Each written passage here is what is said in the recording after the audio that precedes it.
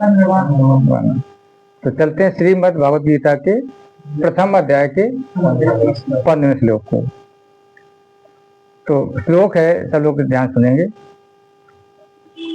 पांचजन्यम ऋषिकेशो देवदत्तम धनंजय पौंड्रम ददमौ महाशंखम भीम कर्मा ब्रकोदरा। यहाँ पे आया पांचजन्यम। पांचजन्यम ऋषिकेशो। ऋषिकेशो भगवान श्री का नाम है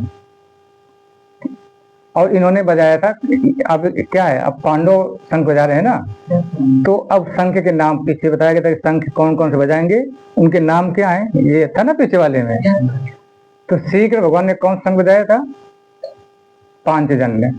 पांचजन्यम नाम का शंख था श्री कृष्ण भगवान के बाद। देवदत्तम धनंजय। धनंजय नाम है अर्जुन का और उन्होंने देवदत्तम नाम का शंख बजाया था। पौंड्रम ददमौ महाशंखम भीम कर्मा ब्रकोदरा। भीम कर्मा माने होता है, भीम कर्मा माने भयंकर कर्म करने वाला। भीम कर्मा भयंकर कर्म करने वाला। ब्रकोदरा नाम है भीम का। सब लोग भीम का नाम केवल भीम जानते होंगे, इनका दूसरा नाम क्या था? ब्रकोदरा।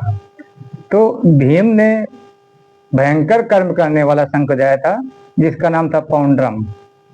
पौंड्रम नाम का शंख बजाया था भीम ने। ये तो इसका अर्थ हो गया। अब है यहाँ पे आया ऋषिकेशो, भगवान श्री कृष्ण का नाम है। ऋषिकेशो मतलब होता है जिसके बस में पांचों इंद्रियां हो और वो सबके मन में अंतर्यामी हो, सबके मन की बात जानता हो, उसको कहते हैं ऋषिकेशो। भगवान परमात्मा तो सबके हृदय में अंतर्यामी है। वो हम कुछ भी बहाना बनाते रहे कि अरे हम ऐसा सोच रहे हैं, ऐसा कर रहे हैं, ऐसा किसी के प्रति दुर्व्यवहार कर रहे हैं, गलत सोच रहे हैं, लेकिन ऊपर वाला जानता है कि हमारे विचार कहाँ चल रहे हैं। तो कुछ लोग वही दे लेते कहने कि मस्तक रेखा से कुछ लोग जान जाते हैं कि ये कहाँ चल रहा है, इसके विचार कहाँ है, भाव क्या है। तो ये भगवान कृष्ण क्या थे? सबके मन के विचार जानते थे। इसीलिए जो गीता का उपदेश दिया किसको दिया? अर्जुन को। वो मन में जान गए थे कि इनका मन जो है विचलित हो रहा है। इसके बाद आया देवदत्तम, ये शंख का नाम है। अब प्रश्न आता है पांचजन्यम जो शंख का नाम है वो कैसे पड़ा? भगवान श्री कृष्ण ने एक दैत्य था पंचजन्य नाम का, उसका नाम क्या था? पंचजन्य, उस दैत्य का नाम था। और वो जब गलत काम करता था तो अपना रूप बदल लेता था। तो जिस समय भगवान कृष्ण सामने आया तो उसने शंख रूप धारण कर लिया। कौन सा रूप धारण कर लिया? शंख रूप धारण कर लिया। तो भगवान श्री कृष्ण ने उस दैत्य का वध करके उसको अपने शरीर में शंख रूप में स्वीकार कर लिया। तो उस शंख का नाम क्या बन गया? पांचजन्यम। इसके बाद भगवान कृष्ण को जान गया ऋषिकेशो भगवान का नाम है। पांचजन्य कैसे नाम पड़ा? दैत्य का नाम था। फिर देवदत्तम धनंजय। अब अर्जुन को धनंजय क्यों कहते हैं? अर्जुन को धनंजय क्यों कहते हैं? तो एक समय की बात है कि युधिष्ठिर को धन की आवश्यकता थी। युधिष्ठिर कौन थे? उनके बड़े भाई। इनको किसकी आवश्यकता थी? धन की। और वो क्योंकि राजसूय यज्ञ कराना चाहते थे और राजसूय यज्ञ कराने के लिए धन की आवश्यकता थी। तो अर्जुन ने क्या किया कि बड़े बड़े राजाओं से युद्ध किया और युद्ध करके बहुत सा धन एकत्र किया। किसके लिए? राजसूय यज्ञ के लिए। एक ये धर्म का काम था, इसको गलत नहीं कहा जाएगा, परोपकार काम था। यज्ञ कराना बहुत बड़ी बात होती है। तो उस यज्ञ को कराने के लिए धन एकत्र किया और उस धन को एकत्र करने का इनका नाम पड़ गया धनंजय। धन को एकत्र करने वाला धनंजय पड़ गया। अब है देवदत्तम। शंख जो था इनके पास, तो उसका नाम क्या था? देवदत्तम। अब शंख कैसे मिला? एक बार दैत्यों से राजा इनसे बहुत भयंकर युद्ध हो रहा था। उस युद्ध में दैत्यों का पलड़ा भारी पड़ रहा था और इंद्र भगवान का पलड़ा कम हो रहा था, कमजोर हो रहे थे। तो उस समय अर्जुन ने भगवान इंद्र की तरफ से जाकर के दैत्यों से युद्ध किया और उस युद्ध में दैत्य पराजित हुए और इंद्र भगवान जीत गए। तो इंद्र देव ने प्रसन्न होकर के इनको देवदत्तम नाम का क्या दिया था, शंख। तब से अर्जुन के पास हो गया क्या, देवदत्तम नाम का शंख। उसमें देवों की शक्ति समाहित थी, तो इसलिए उनको क्या मिल गया, देवदत्तम नाम का शंख। फिर पौंड्रम ददमौ महाशंखम भीम कर्मा ब्रकोदरा। अब भीम कर्मा नाम कैसे, भीम कर्म भयंकर कर्म करने वाले। अब भीम ने क्या किया था, भीम ने बहुत बड़े बड़े राक्षसों का वध किया था। गिनते ना, हिडिंबासुर, बकासुर, जटासुर, कीचक, जरासंध। कितने हो गए, 5। हिडिंबासुर, बकासुर, जटासुर, कीचक और जरासंध। इन बड़े बड़े अधर्मियों का, पापियों का या दैत्यों का, राक्षसों का जो भी कहें, इनका क्या किया था, वध किया था। तब से इनका नाम क्या पड़ गया, भीमकर्मा। फिर ब्रकोदरा, ब्रकोदरा भी भीम का नाम है। ब्रकोदरा का मतलब हम सबके पास एक ऐसी अग्नि है जो भोजन को पचाती है, क्या कहते हैं उसको, है जठराग्नि। जठराग्नि, अगर ये ना हो तो भोजन को नहीं पचा पाएंगे। तो इनके पास जठराग्नि के अलावा एक और ब्रक नाम की अग्नि थी शरीर में, पेट में। जठराग्नि के अलावा क्या थी, ब्रक नाम की अग्नि थी, जिस कारण ये बहुत भोजन करते थे। ये तो तुमने पढ़ा ना कि भीम बहुत भोजन करते थे और वो पूरा भोजन को क्या कर लेते थे, पचा लेते थे। और हम लोग पास केवल जठराग्नि है, उनके पास एक और स्ट्रा अग्नि थी ब्रक नाम की। तब से उनका नाम क्या पड़ गया, ब्रकोदरा।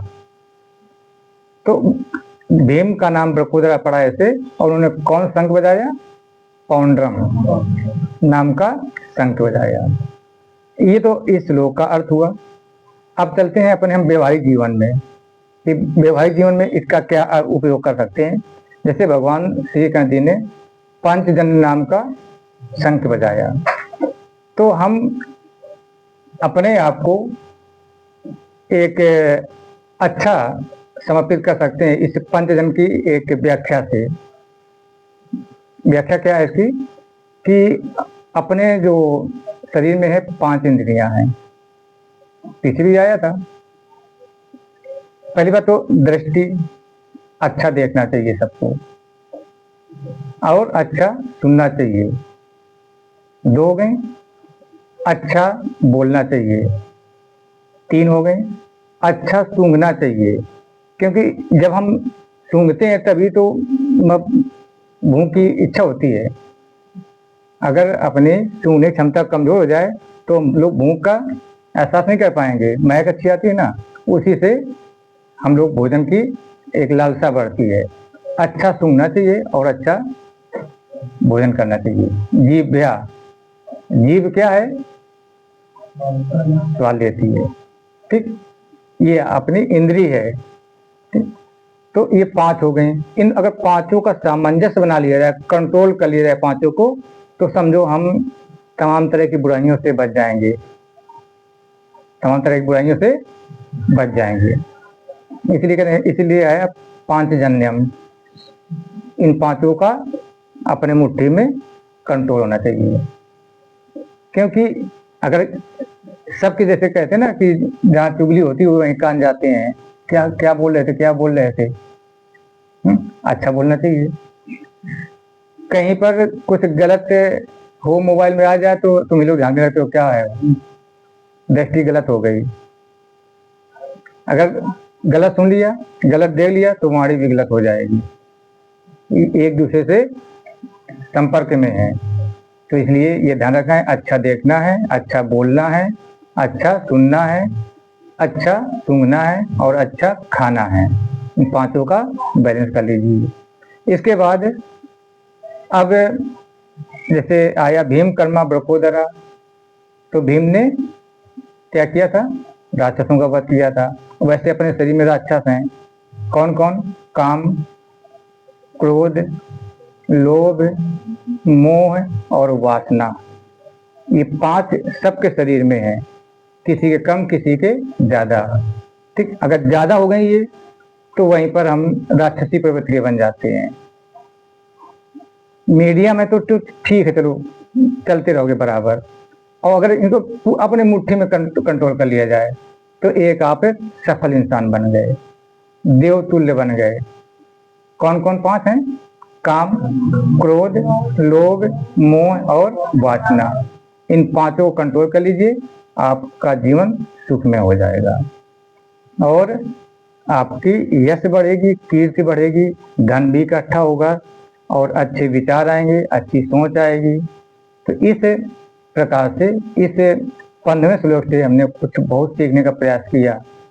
और एक बार इस श्लोक को पुनः आप वीडियो माध्यम से फिर सर्च करके फिर देखें, फिर सुने। एक बार में सारे गुण अच्छाइयाँ नहीं आती हैं, आधे याद होंगे, आधे भूल जाते हैं।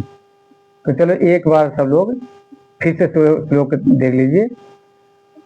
पांचजन्यम ऋषिकेशो देवदत्तम धनंजय पौंडम दधमो महाशंकम भीम कर्मा ब्रकोदरः।